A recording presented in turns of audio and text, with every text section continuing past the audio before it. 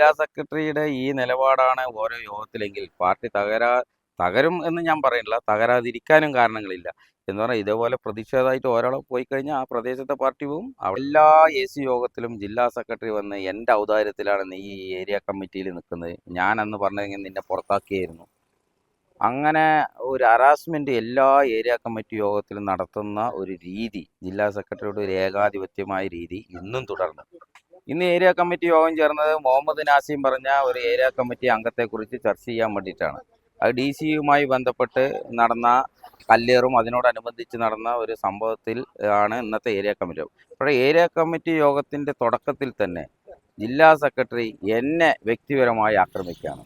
എൻ്റെ അനുവാദം, എൻ്റെ ഔദാര്യം കൊണ്ടാണ് നീ ഇവിടെ ഇരിക്കുന്നത്, നീ ഈ പാർട്ടിയെ മാനം കെടുത്തിയ ആളാണ്, നീ ഇവിടെ എൻ്റെ ഔദാര്യം കൊണ്ടാണ് ഇരിക്കണത് എന്ന് പറഞ്ഞ് വളരെ ആക്ഷേപിച്ചുകൊണ്ട് നിരവധി പ്രാവശ്യം, ഒരു പ്രാവശ്യം കേൾക്കുന്നതിലും സഹിക്കുന്നതിലും അപ്പുറം ഒരു ജില്ലാ സെക്രട്ടറി തരം താഴ്ന്ന രീതിയിൽ നമ്മളോട് പ്രതികരിക്കുകയാണ്. ഞാനൊരു സാധാരണ പ്രവർത്തകനാണ്. DYFIയുടെ അംഗമെന്ന നിലയിൽ നിന്ന് പ്രവർത്തിച്ചിട്ടാണ് കഴിഞ്ഞ 35 കൊല്ലക്കാലത്തെ പ്രവർത്തനത്തിൻ്റെ ഫലമായിട്ടാണ് ഏരിയ കമ്മിറ്റിയിൽ എത്തിച്ചേർന്നത്. ആ ഏരിയ കമ്മിറ്റിക്കകത്ത് എൻ്റെ പ്രവർത്തനം ഞാൻ ആരുടെയും പെട്ട് താങ്ങിയോ അല്ലെങ്കിൽ ആരുടെയും സോപ്പിട്ടോ അല്ലെങ്കിൽ വിഭാഗീയ പ്രവർത്തനം നടത്തിയൊന്നുമല്ല ഞാൻ ഏരിയ കമ്മിറ്റി മെമ്പറായത്. പക്ഷേ ആ ഏരിയ കമ്മിറ്റി അംഗത്തെ കഴിഞ്ഞ 1.5 കൊല്ലമായി എൻ്റെ ഔദാര്യമാണ് എന്ന് പറഞ്ഞ് വളരെ ആക്ഷേപിക്കുന്ന രീതിയിൽ ജില്ലാ സെക്രട്ടറി പറയുമ്പോൾ എനിക്ക് പ്രതികരിക്കേണ്ടി വന്നു.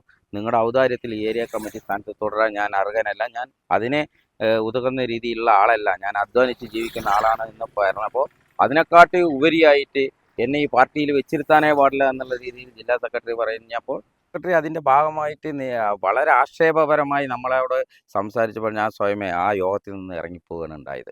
ആർക്കും പറയാനുള്ള അവസരമില്ല. എല്ലാവരും അയാളെ പേടിയാണ്. ആ പേടിയിലൂടെയാണ് അയാൾ എല്ലാവരെയും പരിധിക്ക് നിർത്തുന്നത് എന്നാണ് എനിക്ക് മനസ്സിലാക്കാൻ കഴിഞ്ഞിട്ടുള്ളത്. ഈ യോഗത്തിൽ തന്നെ എന്നെ അനുകൂലിച്ച് പറഞ്ഞവരൊക്കെ അയാൾ ചീത്ത പറഞ്ഞു. അവരാരും എല്ലാവരും നിശബ്ദരാകുകയാണ്. അപ്പോൾ അങ്ങനെ നിശബ്ദരാക്കിക്കൊണ്ട് അയാളുടെ ഏകാധിപത്യ പ്രവണത തുടരുകയാണ്. അപ്പോൾ അതിനോട് യോജിച്ച് നമുക്ക് പോകാൻ കഴിയില്ല.